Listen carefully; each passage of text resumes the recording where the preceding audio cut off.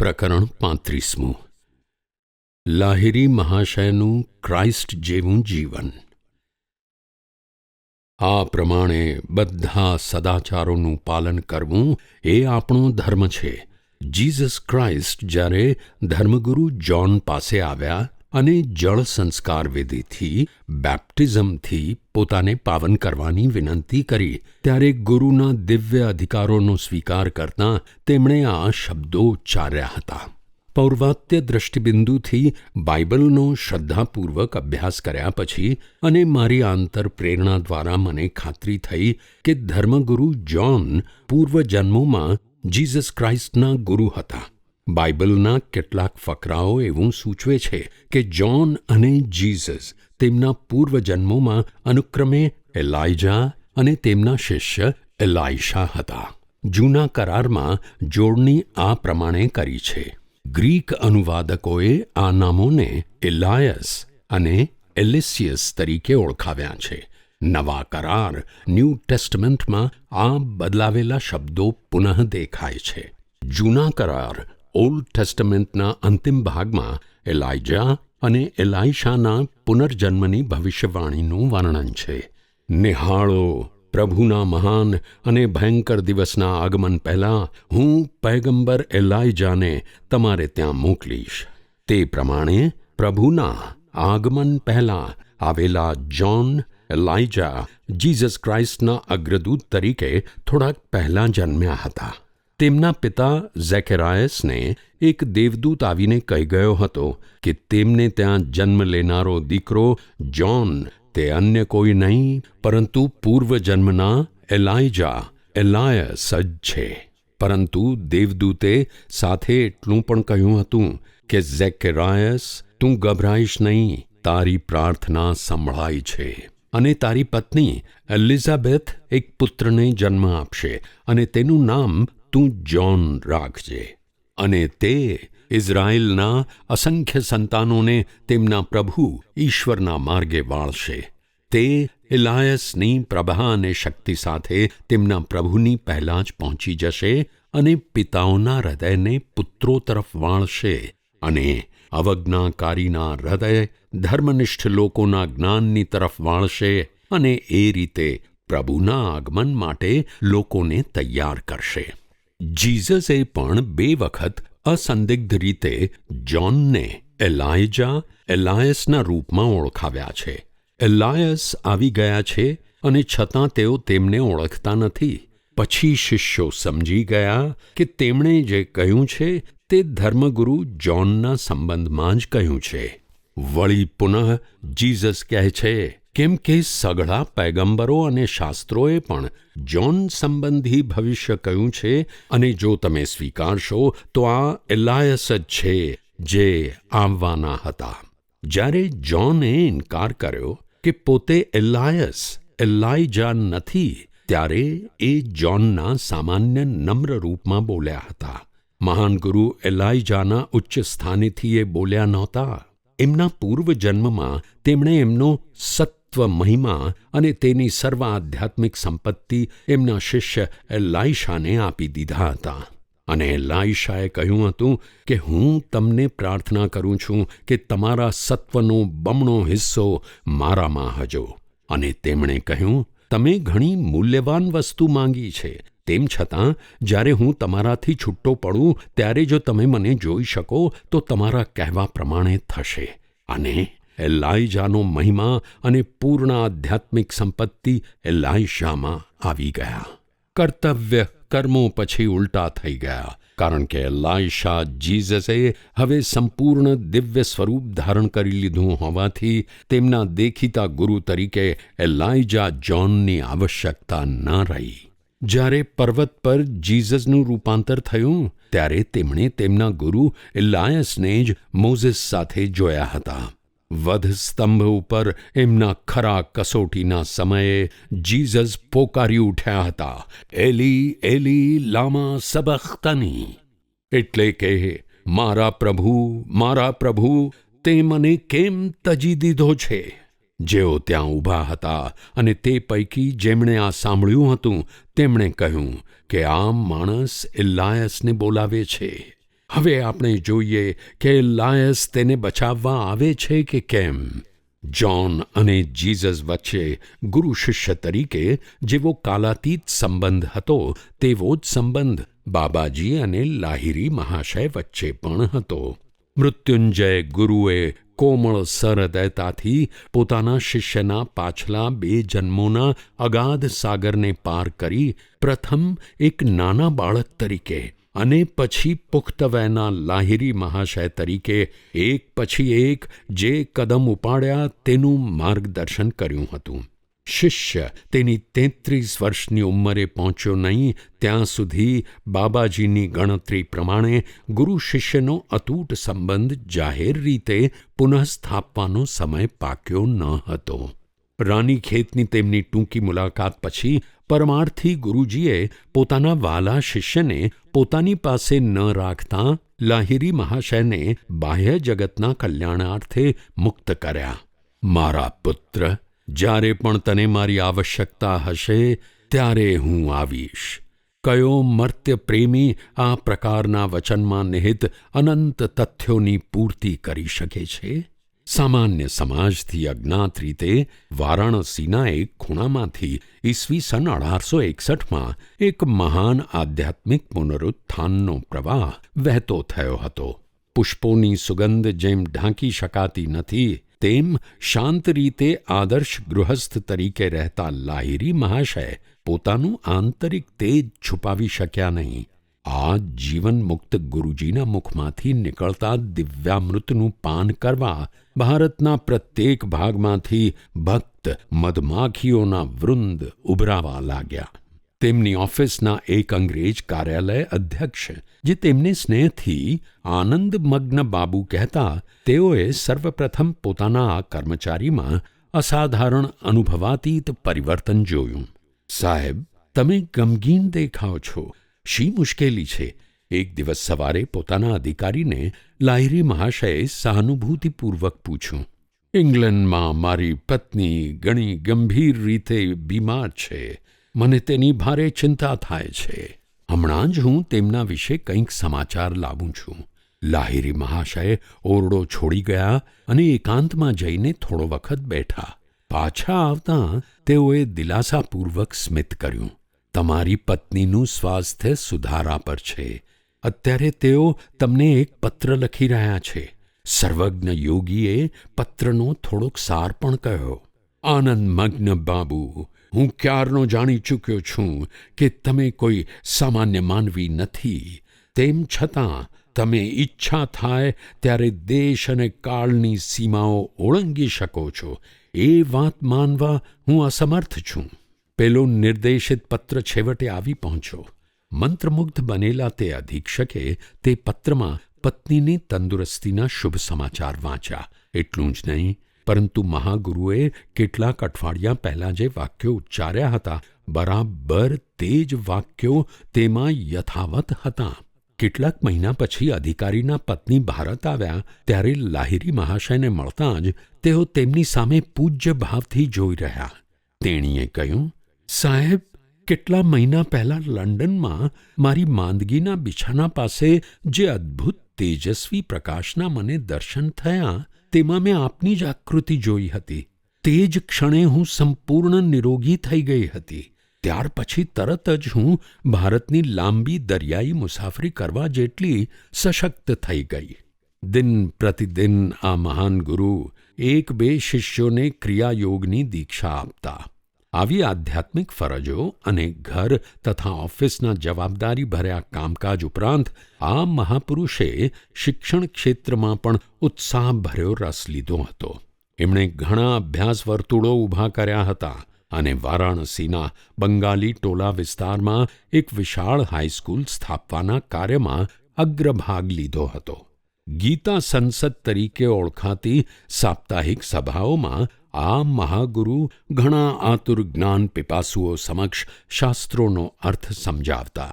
આવી અનેકવિધ પ્રવૃત્તિઓથી લાહિરી મહાશય સામાન્ય પ્રતિવાદ, પોતાની દૈનિક ધંધાદારી અને સામાજિક ફરજો બજાવવા ઉપરાંત માણસને માટે ભક્તિભાવ અને ધ્યાન માટે વખત જ ક્યાં છે નો જવાબ આપવા માગતા હતા.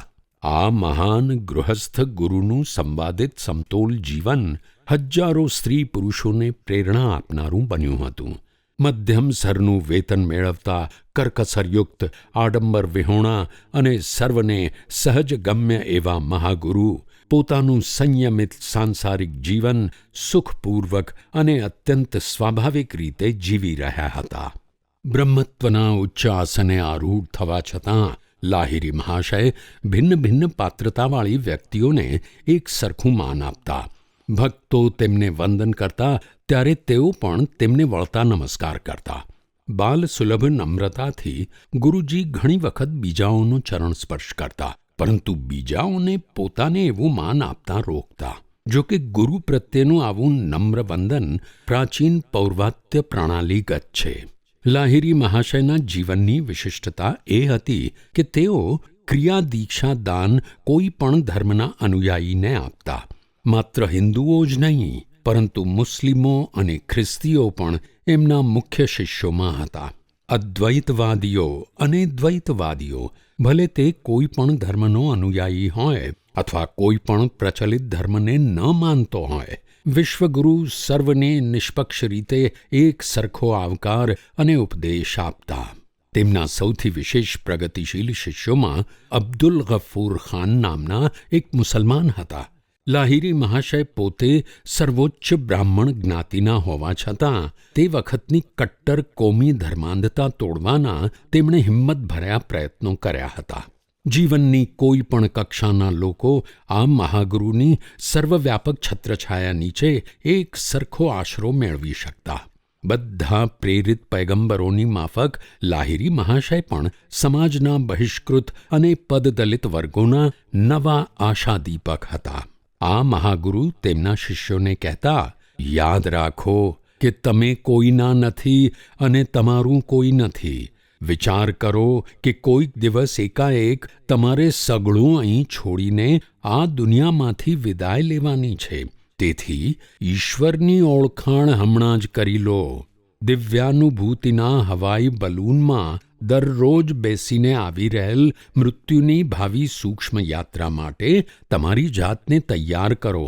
માયાના આવરણને લીધે તમે પોતાને હાડ અને માંસના દેહ તરીકે માનો છો અને એ જ સર્વ દુઃખોનું મૂળ છે.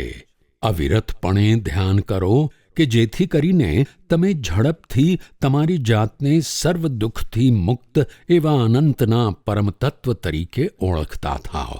ક્રિયાની ગુપ્ત ચાવીનો ઉપયોગ કરી શરીરના બંધનમાંથી છૂટી જાઓ. બ્રહ્મમાં વિલીન થતાં શીખો. આ મહાન ગુરુ પોતાના વિવિધ શિષ્યોને તેમના પોતાના પંથની ઉત્તમ પ્રણાલિકાઓને દ્રઢતાથી વળગી રહેવાનું ઉત્તેજન આપતા. મુક્તિની વ્યાવહારિક પ્રવિધિ તરીકે ક્રિયાયોગના સર્વગ્રાહીપણા પર ભાર મૂકીને લાહિરી મહાશય પોતાના ચેલાઓને તેમના આજુબાજુના સ્થિતિ સંજોગો અનુસાર તથા ઉછેર અને કેળવણી અનુસાર પોતાના જીવનને અભિવ્યક્ત કરવાની સ્વતંત્રતા આપતા. એક મુસ્લિમે દરરોજ 5 વખત નમાજ પડવી જોઈએ. એક હિન્દુએ દરરોજ અનેક વખત ધ્યાનમાં બેસવું જ જોઈએ અને એક ખ્રિસ્તીએ દરરોજ ઘણી વખત ઘૂંટણીએ પડીને ઈશ્વરને પ્રાર્થના કરવી અને પછી બાઇબલ વાંચવું જોઈએ. ગુરુજી આવી રીતે દરેકનું ધ્યાન ખેંચતા. ગુરુજી તેમના અનુયાયીઓને વિવેક વિચારયુક્ત દ્રષ્ટિના તેમના પ્રત્યેકના નૈસર્ગિક વલણ પ્રમાણે ભક્તિ, કર્મ, જ્ઞાન અથવા રાજયોગના માર્ગે આગળ લઈ જઈ માર્ગદર્શન આપતા. ગુરુજી વિધિબદ્ધ સંન્યાસી જીવનમાં પ્રવેશ કરવા ઈચ્છુક ભક્તને તેમની પરવાનગી આપવામાં જલ્દી કરતા નહીં, પણ સંન્યાસ જીવનની તપશ્ચર્યા ઉપર પ્રથમ પુખ્ત વિચાર કરવાની તેમને ચેતવણી આપતા. આ મહાન ગુરુ શિષ્યોને શાસ્ત્રોની સૈદ્ધાંતિક ચર્ચા કરવાથી દૂર રહેવાનું શીખવતા. તેઓ કહેતા, એ જ માણસ સુજ્ઞ છે જે પ્રાચીન શાસ્ત્રોને માત્ર વાંચીને જ નહીં, પરંતુ પ્રત્યક્ષ જીવનમાં ઉતારીને આત્મસાત કરવા લાગી જાય છે. ધ્યાન દ્વારા તમારી બધી સમસ્યાઓનો ઉકેલ લાવો. બિનફાયદાકારક તર્કોને બદલે યથાર્થ ઈશ્વર સંપર્ક સાધો. કટ્ટર ધાર્મિક માન્યતાઓનો કચરો મગજમાંથી કાઢી નાખી તેને સ્વચ્છ કરો અને પ્રત્યક્ષ અનુભૂતિના આરોગ્યપ્રદ જળને અંદર આવવા દો. આંતરિક પ્રત્યક્ષ માર્ગદર્શન સાથે તમારું તાદાત્મ્ય સાધો. ઈશ્વરની વાણી પાસે જીવનની પ્રત્યેક વિટંબણાનો પ્રત્યુત્તર હોય છે. જો કે દુઃખમાં કૂદી પડવાની માનવીની હોશિયારીનો અંત જ આવતો નથી, તેમ છતાં તેને પહોંચી વળવાના અનંત અમર શક્તિના સાધનો પણ તેટલા જ અમર્યાદ છે. ગુરુજીની સર્વવ્યાપકતાનો પરચો એક દિવસ શ્રીમદ ભગવદ્ ગીતાનું તેમનું પ્રવચન સાંભળી રહેલા તેમના શિષ્યોને થયો હતો. કૂટસ્થ ચૈતન્ય અને સમગ્ર સ્પંદનાત્મક સૃષ્ટિમાં વ્યાપ્ત ક્રાઇસ્ટ ચેતનાનો અર્થ તેઓ સમજાવતા હતા. ત્યારે લાહિરી મહાશય એકાએક શ્વાસના ડચકા ભરવા લાગ્યા અને બૂમ પાડી ઉઠ્યા, જાપાનના દરિયા કિનારાથી થોડે દૂર અનેક આત્માઓના શરીરમાં હું ડૂબું છું. બીજે દિવસે સવારે તેમના શિષ્યોએ તાર દ્વારા વર્તમાનપત્રોમાં આવેલા સમાચારમાં વાંચ્યું કે જાપાનના સમુદ્રમાં ગઈકાલે એક જહાજમાં પાણી ભરાઈ જતાં એ ડૂબ્યું હતું અને તેમાં અનેક માણસો મૃત્યુ પામ્યા હતા. લાહિરી મહાશયના દૂર દેશાવરમાં રહેતા શિષ્યોને એમની સર્વવ્યાપક હાજરીનો પરિચય હતો. જેઓ એમની નજીક નહોતા રહી શકતા તેવા શિષ્યોના દિલાસા માટે તેઓ કહેતા, જેઓ ક્રિયાનો નિરંતર અભ્યાસ કરે છે તેઓ સાથે હું હંમેશા હોઉં છું. નિરંતર વિસ્તૃત થતી જતી તમારી આધ્યાત્મિક અનુભૂતિઓ દ્વારા હું તમને દિવ્યધામ સુધી પહોંચવા માટે માર્ગદર્શન આપીશ. આ મહાન ગુરુના એક વિખ્યાત શિષ્ય શ્રી ભૂપેન્દ્રનાથ સન્યાલે કહ્યું કે ઈસવીસન 1892માં પોતે જ્યારે કિશોર વયના હતા ત્યારે વારાણસી જઈ શકે તેમ નહીં હોવાથી આધ્યાત્મિક ઉપદેશ માટે ગુરુજીને તેમણે પ્રાર્થના કરેલી. તેના જવાબમાં તેમને લાહિરી મહાશય સ્વપ્નમાં દેખાયા અને તેમને દીક્ષા આપી. પછીથી આ કિશોર વારાણસી ગયો અને ત્યાં ગુરુજી પાસે દીક્ષાની માગણી કરી. લાહિરી મહાશયે પ્રત્યુત્તર આપતાં કહ્યું કે મેં તને સ્વપ્નમાં દીક્ષિત કરી દીધો છે. કોઈ શિષ્ય જો પોતાની કોઈ પણ સાંસારિક જવાબદારીની ઉપેક્ષા કરે તો ગુરુજી તેને મીઠો ઠપકો આપતા અને શિસ્તમાં લાવતા. શ્રી યુક્તેશ્વરજીએ એક વખત મને કહ્યું હતું કે કોઈ શિષ્યની ભૂલો માટે જાહેરમાં એને ઠપકો આપવાની જરૂર પડે તો પણ તેમના શબ્દો મૃદુ અને શાંતિદાયક રહેતા. ફરીથી વિચારમગ્ન થઈને તેમણે આગળ કહ્યું, તેમ છતાં કોઈ પણ શિષ્ય અમારા ગુરુના ઠપકામાંથી કદી પણ છટકી શકતો નહીં. હું મારું હસવાનું રોકી શક્યો નહીં. પરંતુ મેં મારા ગુરુજીને શ્રી યુક્તેશ્વરજીને સાચા હૃદયથી ખાતરી આપી કે એમના શબ્દો તીક્ષ્ણ હોય કે ન હોય, પરંતુ મારા કાનને તો એમનો પ્રત્યેક શબ્દ સંગીતમય જ લાગતો હતો. લાહિરી મહાશયે ક્રિયાના 4 પ્રગતિક્રમ ઠરાવ્યા હતા. સાધક ચોક્કસ આધ્યાત્મિક પ્રગતિ બતાવે ત્યારે જ ઉપલી 3 કક્ષાઓનું શિક્ષણ અપાતું. એક દિવસ એક શિષ્ય, જેને એમ લાગતું હતું કે પોતાની લાયકાતનું વ્યાજબી મૂલ્યાંકન થતું નથી, તેથી તેણે અસંતોષ વ્યક્ત કર્યો. તેણે કહ્યું, ગુરુજી, હવે હું બીજી દીક્ષા માટે જરૂર તૈયાર થઈ ગયો છું. આ જ ક્ષણે દરવાજો ઉઘડ્યો અને વૃંદા ભગત નામનો એક નમ્ર શિષ્ય અંદર દાખલ થયો. એ વારાણસીનો ટપાલી હતો. વૃંદા, અહીં આવ અને મારી પાસે બેસ. મહાન ગુરુએ તેના તરફ સ્નેહપૂર્વક સ્મિત કર્યું.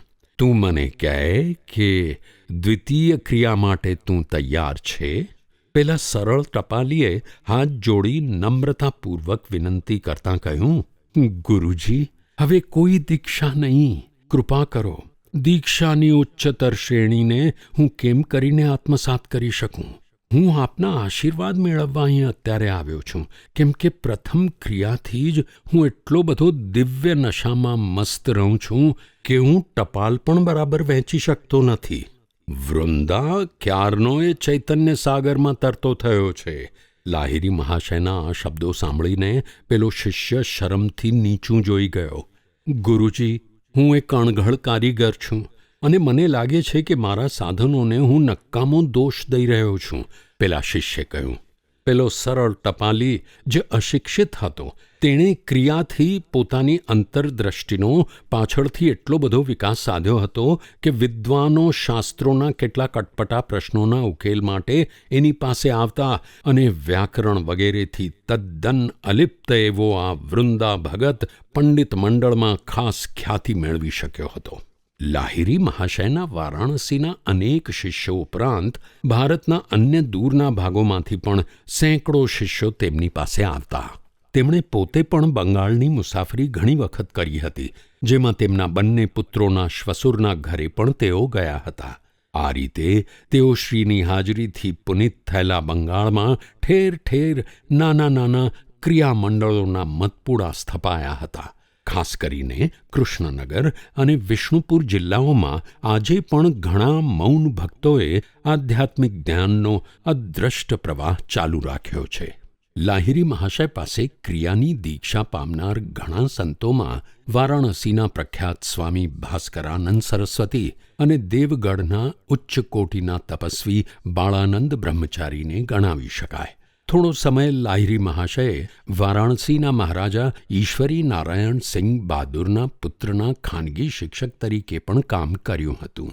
ગુરુજીની આધ્યાત્મિક સિદ્ધિઓને ઓળખીને મહારાજા જ્યોતિન્દ્ર મોહન ઠાકુરની જેમ આ મહારાજા અને તેમના પુત્રે પણ તેમની પાસેથી ક્રિયાની દીક્ષા લીધી હતી. લાહિરી મહાશયના દુન્યવી પ્રતિષ્ઠાવાળા ઘણા શિષ્યો એવી ઈચ્છા ધરાવતા હતા કે જાહેરાતથી ક્રિયાનું મંડળ વિસ્તારવું, પરંતુ ગુરુજીએ પરવાનગી આપી નહીં. વારાણસીના મહારાજાના રાજવૈદ્ય જે ગુરુજીના શિષ્ય હતા, તેમણે તો લાહિરી મહાશયને કાશી બાબા, વારાણસીના મહાનુભાવનું ઉપનામ આપવાનો વ્યવસ્થિત પ્રયત્ન કર્યો હતો. ફરીથી ગુરુજીએ તેમની પણ મના ફરમાવી હતી. તેમણે કહ્યું, ક્રિયારૂપી પુષ્પની સુગંધ કોઈ પણ પ્રકારના પ્રયત્ન સિવાય આપોઆપ નૈસર્ગિક રીતે પ્રસરવા દો. ક્રિયાયોગના બીજ આધ્યાત્મિક રીતે ફળદ્રુપ થયેલા અંતઃકરણોની ભૂમિમાં નિશ્ચિત રીતે મૂળ નાખશે. જો કે આ મહાગુરુએ આધુનિક પદ્ધતિ પ્રમાણે કોઈ સંસ્થાની સ્થાપના દ્વારા અથવા છાપખાના દ્વારા તેનો પ્રચાર કર્યો નથી, કેમ કે તેઓ જાણતા હતા કે તેમના સંદેશાની શક્તિ અદમ્ય પૂરની માફક આગળ વધશે અને માનવીની માનસિક દિવાલો ભેદીને તેમના અંતરમાં પ્રવેશ કરશે.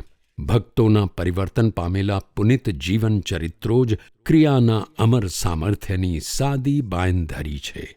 સને 1886માં એટલે કે રાનીખેતમાં દીક્ષા લીધા બાદ 25 વર્ષ પછી લાહિરી મહાશય પેન્શન પર નિવૃત્ત થયા હતા. તેમણે સરકારના એક જ ખાતામાં બધું મળીને 35 વર્ષ સુધી સેવા આપી હતી. દિવસ દરમિયાન પણ હવે તેઓ શ્રી મળી શકતા હોવાથી તેમના મુલાકાતીઓની સંખ્યા ખૂબ વધી ગઈ. હવે ગુરુજી મોટાભાગનો સમય પદ્માસન વાળીને શાંતિથી બેસતા. તેઓ પોતાનો નાનો ઓરડો ફરવા જવા માટે અથવા ઘરના બીજા ભાગમાં જવા માટે પણ ભાગ્યે જ છોડતા. ગુરુજીના પવિત્ર દર્શન માટે શિષ્યોનો પ્રવાહ શાંત રીતે અવિરત ચાલુ રહેતો. દર્શનાર્થીઓ આશ્ચર્ય સાથે જોતા કે લાહિરી મહાશયનું શરીર સ્વાભાવિક રીતે અતિમાનવ લક્ષણો જેવા કે શ્વાસોચ્છવાસ અને નિદ્રાનો અભાવ, નાડી અને હૃદયના ધબકારાનો અભાવ, કલાકો સુધી આંખોની અનિમેષ સ્થિતિ અને શાંતિનું પ્રગાઢ તેજપુંજ બતાવતું હતું. કોઈ પણ દર્શનાર્થી આત્માની ઊર્ધ્વ પ્રેરણા અનુભવ્યા સિવાય પાછો ફરતો નહીં. દરેકને એમ લાગતું હતું કે તેમને એક સાચા ભગવત સ્વરૂપ સંતના મૌન આશીર્વાદ પ્રાપ્ત થયા છે. ગુરુજીએ હવે તેમના એક શિષ્ય પંચાનન ભટ્ટાચાર્યને કોલકાતામાં આર્ય મિશન ઇન્સ્ટિટ્યૂશન નામનું યોગ કેન્દ્ર સ્થાપવાની પરવાનગી આપી. આ કેન્દ્ર તરફથી કેટલીક યૌગિક વનૌષધિઓની વહેંચણી કરવામાં આવતી અને બંગાળીમાં શ્રીમદ્ ભગવદ્ ગીતાની સસ્તી આવૃત્તિ પ્રસિદ્ધ કરવામાં આવતી હતી. આર્ય મિશનની ગીતાની હિન્દી અને બંગાળી આવૃત્તિએ હજારો ઘરોમાં પ્રવેશ મેળવ્યો હતો. પ્રાચીન રિવાજ મુજબ લાહિરી મહાશય ઘણી વ્યાધિઓના ઉપચાર તરીકે સામાન્ય રીતે લીમડાનું તેલ આપતા. જ્યારે ગુરુ કોઈ શિષ્યને તેલનું નિસ્સંદન કરવાનું ફરમાન કરતા ત્યારે તે સહેલાઈથી તૈયાર કરી શકતો હતો. પરંતુ જો કોઈ અન્ય વ્યક્તિ આવું કરવા પ્રયાસ કરે તો તેને ઘણી વિચિત્ર મુશ્કેલીઓ અનુભવવી પડતી. અને નિસ્યંદનની પ્રક્રિયા દરમિયાન જ કદાચ લગભગ બધું તેલ ઉડી જતું. આથી દેખીતી રીતે સિદ્ધ થતું કે ગુરુજીના આશીર્વાદ એ તેનું આવશ્યક ઘટક હતું. લાહિરી મહાશયના હસ્તાક્ષર અને સહી નીચે પ્રમાણે અહીં બંગાળી લિપિમાં બતાવ્યા છે. એક શિષ્યને લખેલા પત્રમાંથી આ વાક્યો લીધા છે, જેમાં મહાગુરુ એક સંસ્કૃત શ્લોકનો અર્થ આ મુજબ સમજાવે છે. જે વ્યક્તિએ શાંતિની એવી સ્થિતિ પ્રાપ્ત કરી હોય કે તેની આંખની પલક પણ ઉઘાડબંધ ન થતી હોય, તેણે શાંભવી મુદ્રા સિદ્ધ કરી કહેવાય. પંચમ શ્રાવણ, ત્યાં એમની સહી શ્રી શ્યામચરણ દેવ શર્મન. બીજા મહાન ધર્મ પ્રણેતાઓની માફક લાહિરી મહાશયે પોતે પુસ્તકો લખ્યા નથી, પરંતુ તેમના શિષ્યોને તેમણે શાસ્ત્રો ઉપરની પોતાની વ્યાખ્યાઓની વિસ્તૃત સમજૂતી આપી છે. ગુરુજીના સ્વર્ગીય પૌત્ર અને મારા પ્રિય મિત્ર એવા શ્રી આનંદ મોહન લાહિરીએ જે લખ્યું છે તે નીચે મુજબ છે. શ્રીમદ્ ભગવદ્ ગીતા અને મહાભારતના બીજા કેટલાક ભાગોમાં ઘણા ગૂંચવણભર્યા મુદ્દાઓ વ્યાસફૂટ આવેલા છે. એ મુદ્દાઓને વણ ઉકેલ્યા રહેવા દેશો તો આપણા માટે વિપરીત અર્થ ઉપજાવનારી વિલક્ષણ કાલ્પનિક વાર્તાઓ સિવાય કશું જ બાકી રહેશે નહીં. એ મુદ્દાઓને વણ ઉકેલ્યા રહેવા દઈશું તો આપણે હજારો વર્ષોના પ્રયોગોનો અંતે દિવ્ય ધીરજથી પૂર્વના મહાનુભાવોએ જે વિદ્યા સંગ્રહી રાખી છે તેનો નાશ કરીશું. ધર્મ વિજ્ઞાનને સામાન્ય દ્રષ્ટિથી જે ચતુરાઈપૂર્વક શાસ્ત્રીય ભાષાલંકારોના કોયડાઓમાં અગોચર રાખવામાં આવેલ હતું, તેને રૂપકોથી છૂટું પાડીને પ્રકાશમાં લાવવાનું કાર્ય લાહિરી મહાશયે સફળતાપૂર્વક કર્યું છે. બુદ્ધિને અગમ્ય એવી શબ્દોની ઇન્દ્રજાળ ન રહેતા અને બીજી રીતે અર્થ વગરના લાગતા વૈદિક કર્મકાંડના સૂત્રો ચોક્કસ વૈજ્ઞાનિક મર્મથી સભર છે તેમ ગુરુજીએ પુરવાર કર્યું છે.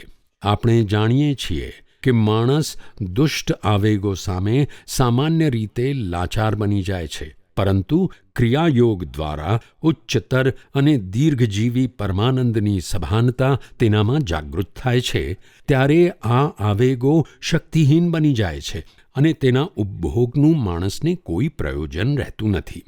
અહીં ક્ષુદ્ર વિકારોનો પરિત્યાગ અને શ્રેયનો અનુભવ એ બંને એક સાથે જ ચાલે છે.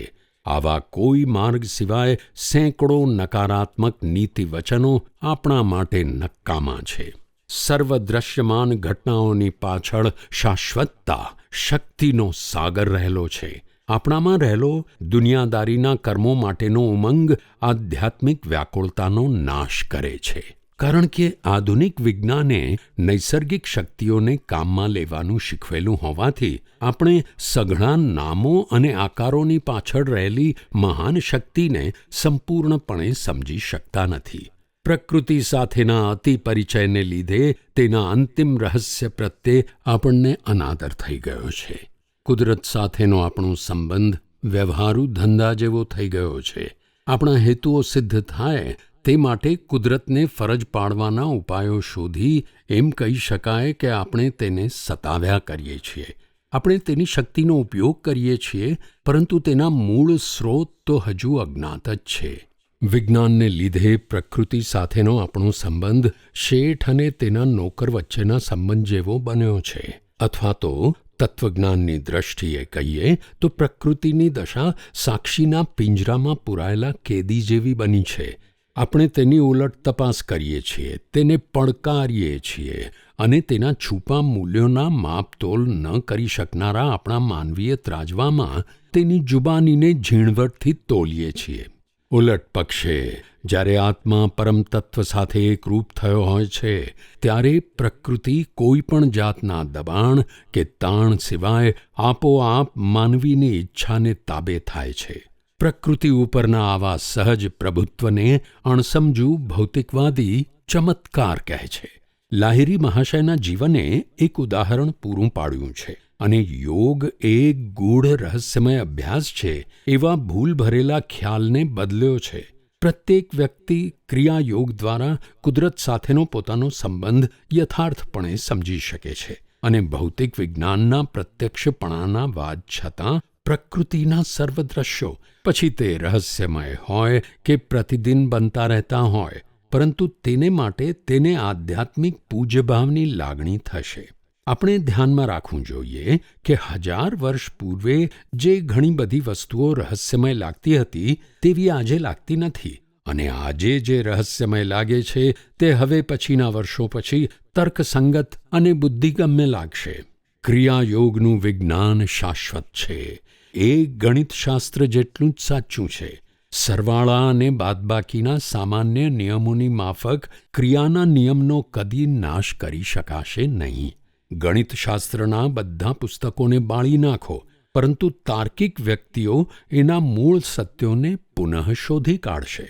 યોગ ઉપરના તમામ પુસ્તકો ઉપર ઢાંક પીછોડો કરી દો, અને ક્યારેક જ્યારે કોઈ શુદ્ધ ભક્તિના પરિણામે પવિત્ર જ્ઞાનયુક્ત યોગી પ્રગટ થશે ત્યારે તેના મૂળ સિદ્ધાંતોના રહસ્યને પુનઃ છતું કરશે. જેવી રીતે અવતારો પૈકી બાબાજી શ્રેષ્ઠતમ હોવાથી મહાઅવતાર છે, અને શ્રી યુક્તેશ્વરજીને ન્યાયપૂર્વક જ્ઞાનાવતાર અથવા પ્રજ્ઞાની મૂર્તરૂપ કહી શકાય, તેમ લાહિરી મહાશય યોગાવતાર અર્થાત યોગની મૂર્તિરૂપ હતા. ગુણવત્તા અને પરિણામ બંને ધોરણોથી માપતા આ મહાગુરુ પ્રશંસનીય કાર્ય દ્વારા સમાજની આધ્યાત્મિક કક્ષા ઊંચી લાવ્યા છે. એમના ગાઢ શિષ્યોને જીસસ ક્રાઇસ્ટની કક્ષા સુધી ઊંચે લઈ જવાની અને સામાન્ય જનસમાજમાં સત્યનો વ્યાપક પ્રચાર કરવાની એમની શક્તિની દૃષ્ટિએ લાહિરી મહાશયને માનવજાતના તારણહારોમાંના એક તરીકે જરૂર લેખી શકાય. ક્રિયાની નિશ્ચિત પદ્ધતિની વ્યવહારુ અગત્યતા ઉપર ભાર મૂકીને યોગના દ્વારો સર્વ મનુષ્યો માટે પ્રથમવાર જ ખુલ્લા મૂકવામાં પૈગંબર તરીકેની તેમની વિશિષ્ટતા રહેલી છે.